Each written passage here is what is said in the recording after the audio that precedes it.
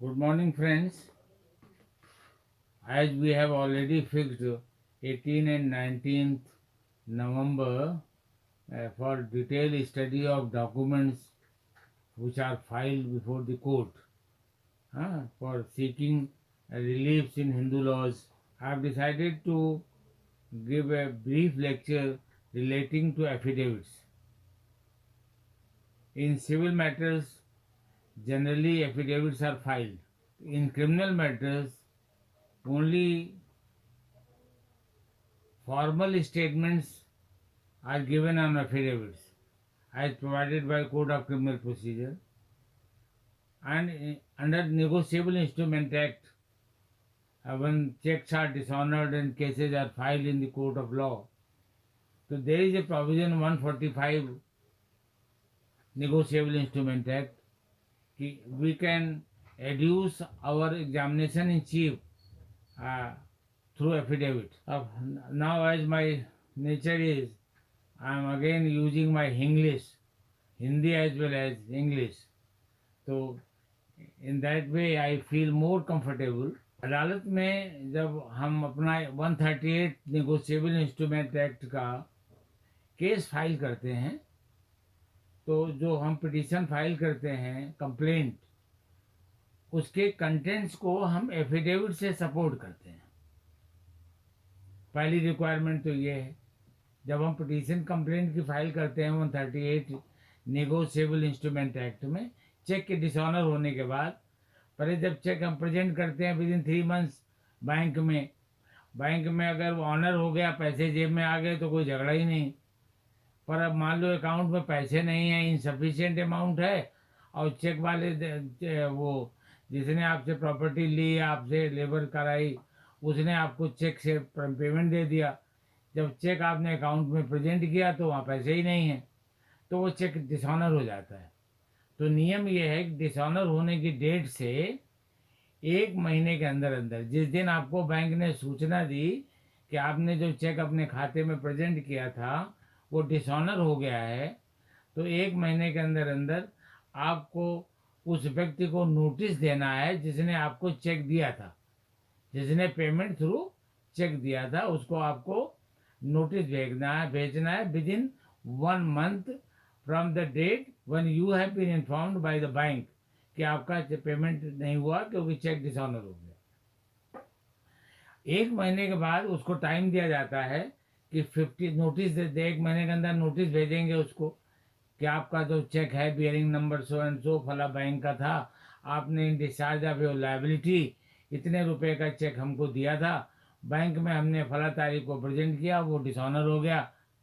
तो आपको इस नोटिस के माध्यम से ये मांग की जाती है कि आप विद इन 15 डेज, 15 दिन का टाइम दिया जाता है। स्टेट्यूटरी प्रोविजन है ये कि कम से कम 15 दिन का टाइम दें आप उसको, ताकि वो अरेंज करके आपका पेमेंट दे दे। हालांकि ज़्यादातर केसेस में वो नहीं देते क्योंकि सब्सिक्वेंटली देने में उन पर कोई लाइबिलिटी तो आती नहीं। तो जब एक बार डिसऑनर हो गया तो लंबे समय तक वो टालते हैं। पर ध्यान रहे कि 15 दिन का टाइम दिया जाता है और उसके बाद जब 15 दिन एक्सपायर हो जाएं तो आपके पास 1 महीने का टाइम होता है कोर्ट में कंप्लेंट केस फाइल करने का। अब ये जब कंप्लेंट केस आप ड्राफ्ट करोगे तो उस कंप्लेंट को में जो फैक्ट्स आपने नरेट किए हैं उनको आप एफिडेविट से सपोर्ट करोगे। वही यही टॉपिक है आज हमारा कि एफिडेविट कैसे बनेगा। तो 10 रुपए के स्टैंप में डिस्ट्रिक्ट जज के द्वारा ओथ कमिश्नर्स अपॉइंट किए जाते हैं कोर्ट्स में। हाई कोर्ट भी अपॉइंट करती है ओथ कमिश्नर्स, और अगर ओथ कमिश्नर न मिले तो नोटरी एक्ट के तहत ये जो पब्लिक नोटरी होते हैं ये एफिडेविट अटेस्ट करने के लिए अथोराइज्ड होते हैं। चाहे हिंदुस्तान भर में कहीं भी तुमको एफिडेविट देना हो तो आप ओथ कमिश्नर न मिले तो पब्लिक नोटरी से आप अथोराइज कर लें, और उस एफिडेविट में वो सारे फैक्ट्स जो आपने कंप्लेंट में लिखे हैं कि आप उस जिसने आपको चेक दिया है उसके ऊपर कैसे लायबिलिटी थी, आपने कोई सेवाएं दी थी उसको या कोई सामान उसको बेचा था, वो कैसे लायबल था, जो डिस्चार्ज ऑफ लायबिलिटी उसने आपको चेक दिया, वो सब आप एफिडेविट में देंगे।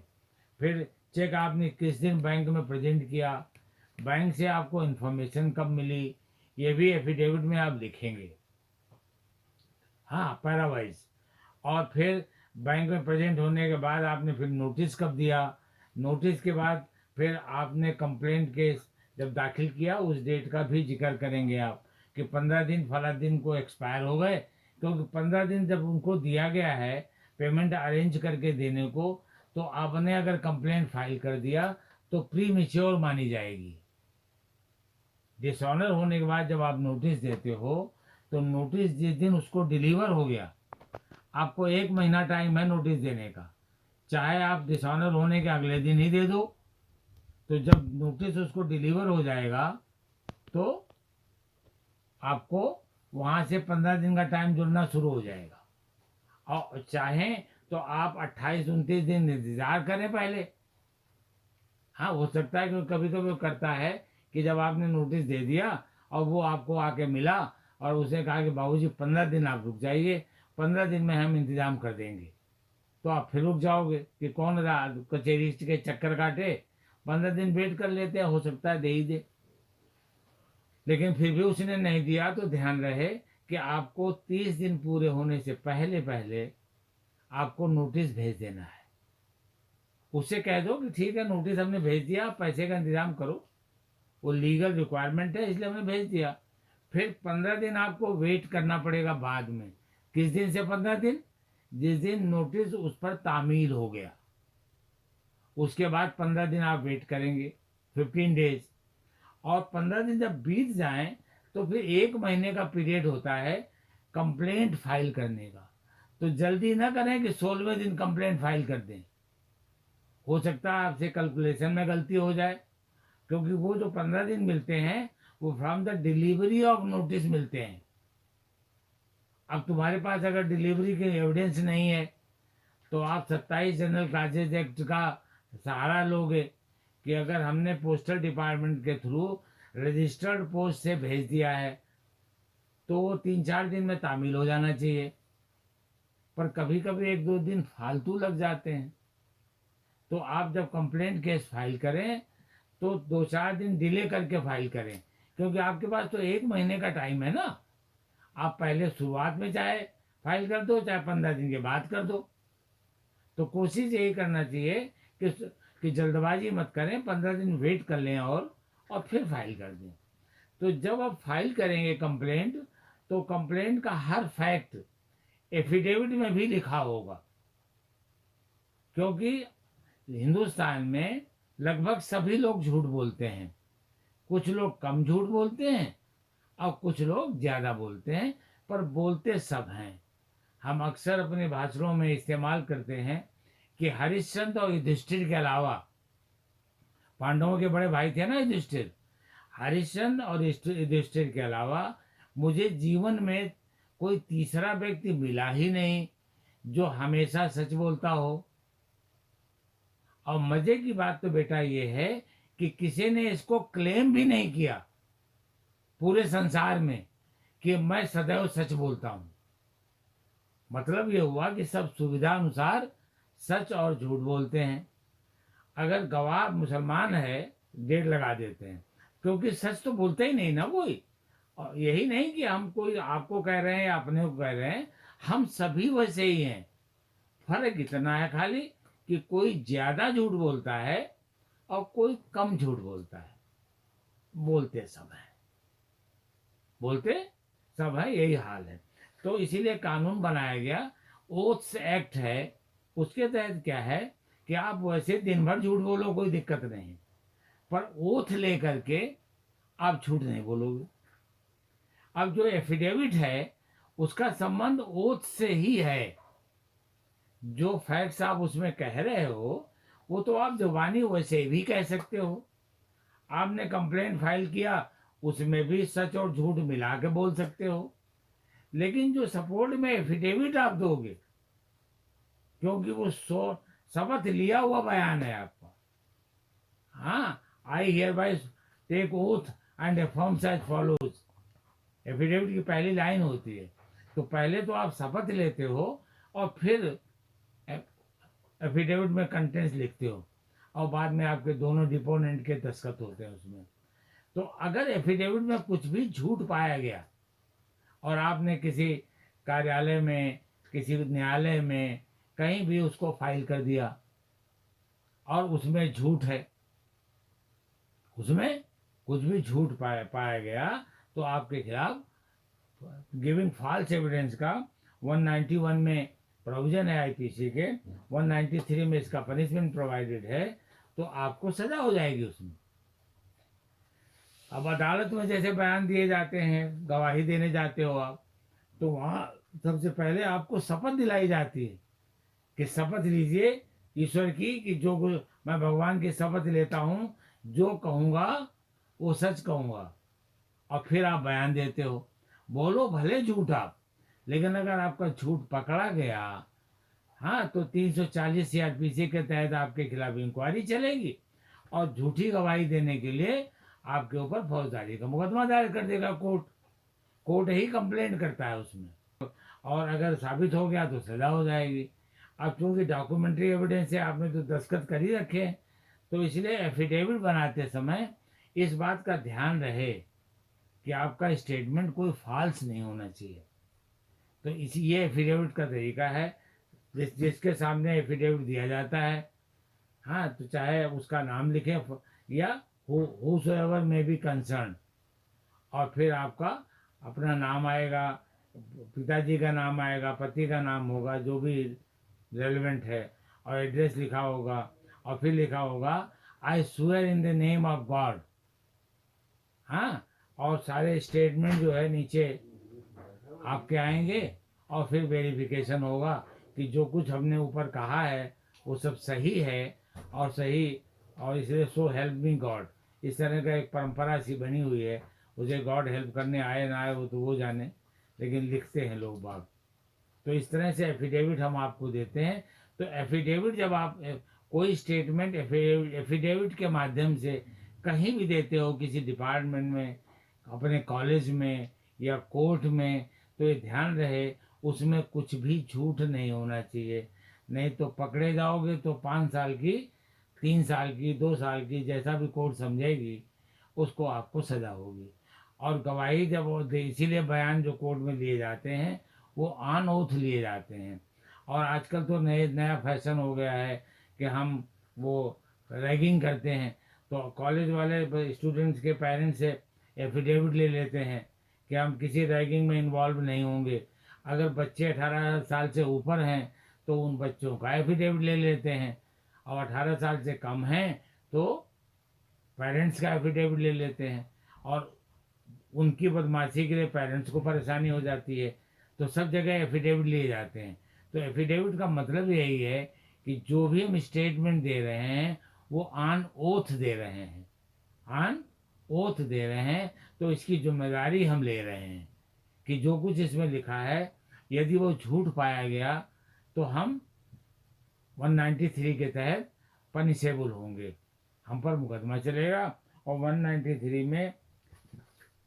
193 में 7 साल की सज़ा है।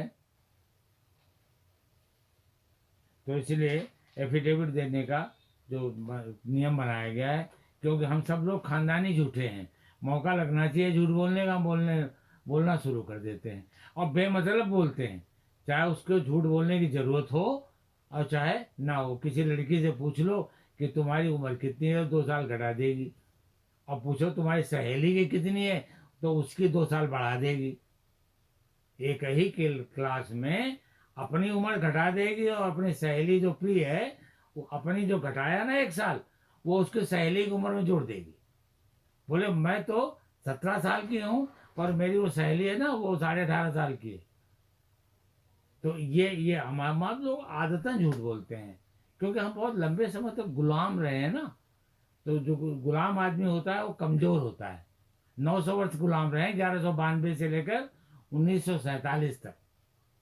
तो इसलिए जब भी हम कोर्ट में बयान दें या एफिडेविट के माध्यम से कुछ भी कहें, तो ध्यान रहे कि केवल सच कहें, नहीं तो फंस जाने का खतरा है। अब अगर एफिडेविट में नहीं है, ऑन ओथ नहीं है, तो जितनी गप्पे लगानी हो तो क्यों लगाओ।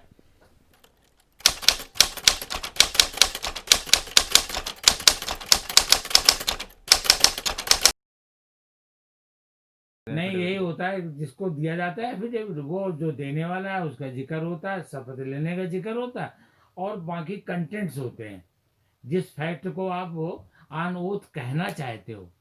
जैसे मेरी शादी हुई 1981 में, तो मेरी शादी फला से 1981 में देहरादून में हिंदू रीति रिवाज के अनुसार हुआ था, वो एफिडेविट का एक पैराग्राफ हो गया।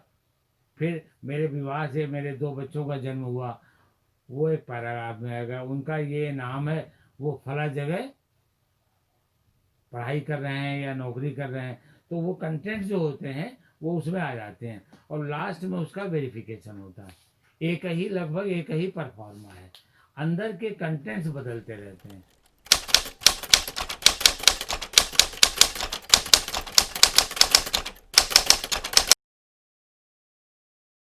फुल भी डाल सकते हो, शॉर्ट भी कर सकते हो। एफिडेविट में लिख सकते हो कि for the purpose of brevity, those things which have been written in the complaint are not being repeated again in the affidavit, and every content given in the complaint may be read as a part of the affidavit, this affidavit। ऐसा भी डाल डाल सकते हो, और पूरा affidavit भी बना सकते हो। खाली वहाँ पर आई और वी का इस्तेमाल होता है, और एफिडेविट में डिपोनेंट का इस्तेमाल होता है। डिपोनेंट का अर्थ होता है ओथ लेने वाला व्यक्ति, जो स्टेटमेंट ऑन ओथ दे रहा है उसी को डिपोनेंट कहते हैं। हिंदुस्तान झूठों का देश है, इसमें बहुत कम फंसते हैं, कोई कंप्लेन ही नहीं करता, हर आदमी समझता है कि ये तो रूटीन में बोलते ही रहते हैं लोग।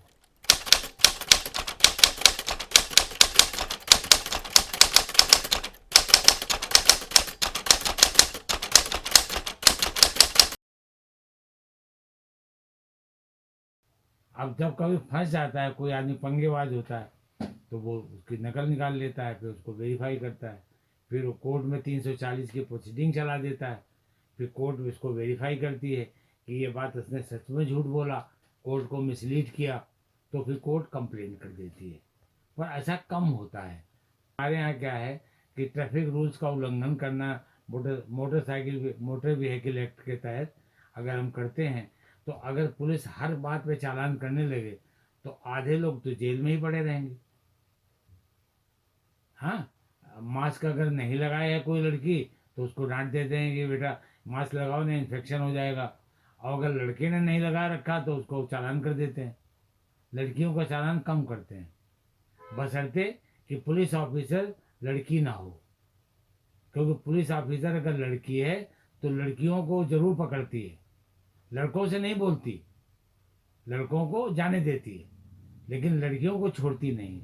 और अगर सिपाही या इंस्पेक्टर आदमी है तो औरतों को, लड़कियों को इग्नोर मार देता है। तुमने देखा नहीं, ट्रैफिक पुलिस खड़ा रहता है चौराहे पर, और लेडीज जो है लाल बत्ती को झाड़ू मार देती है और पार करती रहती है सड़क, और वो चालान नहीं करता, माथा पीटता है खाली कि इनको कौन समझाए।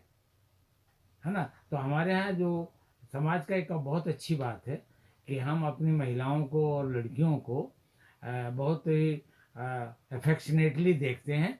उनको नहीं, जो छेड़ते हैं उनको नहीं कह रहा मैं, जो छेड़छाड़ करते हैं वो अफेक्शनेटली तो नहीं देखते, क्योंकि वो तो उनको परेशान करते हैं। लेकिन नॉर्मली पुलिस वाले भी चालान नहीं करते। घर में जब पुलिस छापा मारती है तो आदमी लोग तो सब भाग जाते हैं, औरतें वहीं रहती हैं, उनको वो परेशान नहीं करते, हैरेस नहीं करते, क्योंकि एक समाज का एक एटीट्यूड है कि हम अपनी फीमेल को बहुत पोलाइटली हैंडल करते हैं।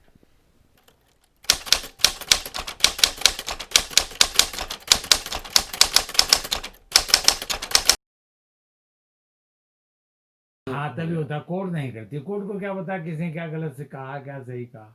ठीक। जो एग्रीड पर्सन है वही कंप्लेंट करता है। पर फिर भी एफिडेविट बनाते समय ये ध्यान रहे कि कुछ भी फॉल्स स्टेटमेंट उसमें ना आने पाए, क्योंकि इन राइटिंग जब आप फॉल्स स्टेटमेंट देते हो तो आप फंस जाते हो। ओरल स्टेटमेंट जब आप नोट देते हो तब आप डिफेंस ले सकते हो कि मैंने तो ये कहा ही नहीं था, पता नहीं पेशकार ने क्यों लिख दिया, कैसे लिख दिया, किसके कहने से लिख दिया, या हमने बोला कुछ, उन्होंने सुना कुछ, वो तमाम डिफेंस होते हैं ओरल एविडेंस में। पर डॉक्यूमेंट्स में जब एफिडेविट में आप पढ़ करके साइन करते हो, हाँ, और फिर वो तो मिटता नहीं, वो तो वही रहेगा, तो फंसने के चांसेस बहुत होते हैं। तो एफिडेविट जो है ऑन ओथ दिया जाता है। सिविल में तो इनवेरिएबली, सिविल में लॉ में क्या है, सीपीसी अमेंड हो गई थी 1976 में। अब क्या है कि जो भी आप एविडेंस देना चाहते हो सिविल कोर्ट में, वो थ्रू एफिडेविट दोगे, और दूसरी पार्टी जो है वो आपसे जिरे करेगी, या वो चाहे तो वो भी काउंटर एफिडेविट दे सकती है। एफिडेविट के माध्यम से एविडेंस सपोर्ट होती आ जाती है। इसी तरह से फैमिली कोर्ट में है, वहाँ भी सारी एविडेंस एफिडेविट से होती है। फैमिली कोर्ट जानते हो ना, आदमी हस्बैंड के बच्चों के जो झगड़े होते हैं परिवार न्यायालय में, फैमिली कोर्ट में वो होते हैं। तो इसलिए एफिडेविट का बहुत चलन सिविल लॉ में हो गया है। क्रिमिनल में जो है वो ऑन ओथ कोर्ट के सामने बयान होते हैं, except 138 negotiable instrument act, NI act जो है उसको छोड़कर, जो चेक वाले केसेस हैं, और बाकी में किसी में गवाही ऑन ओथ एफिडेविट से नहीं होती, कोर्ट में शपथ दिलाई जाती है, एग्जामिनेशन चीफ सामने होता है। उसका कारण है एफिडेविट जनरली जिसका होता है वो तो उसको ड्राफ्ट ही नहीं करता। जैसे मान लो इस लड़की की कोई कंप्लेंट हो, तो अगर एफिडेविट इसकी तरफ से हमें देना है तो ये थोड़ी बनाएगी, वो तो फिर मैं बनाऊंगा, और मैं इस बात का ध्यान रखूंगा कि क्या चीज़ इसके फेवर में है और क्या चीज़ इससे अगेंस्ट है। तो जो अगेंस्ट है उसे छोड़ देंगे, और जो फेवर में है उसे बढ़ा चढ़ा के लिख देंगे। तो वो इसका बयान थोड़ी हुआ, वो तो एक्चुअली हमारा बयान हो गया कि हम ये कह रहे हैं, पर नाम इसका है एफिडेविट में, तो इसी का माना जाएगा।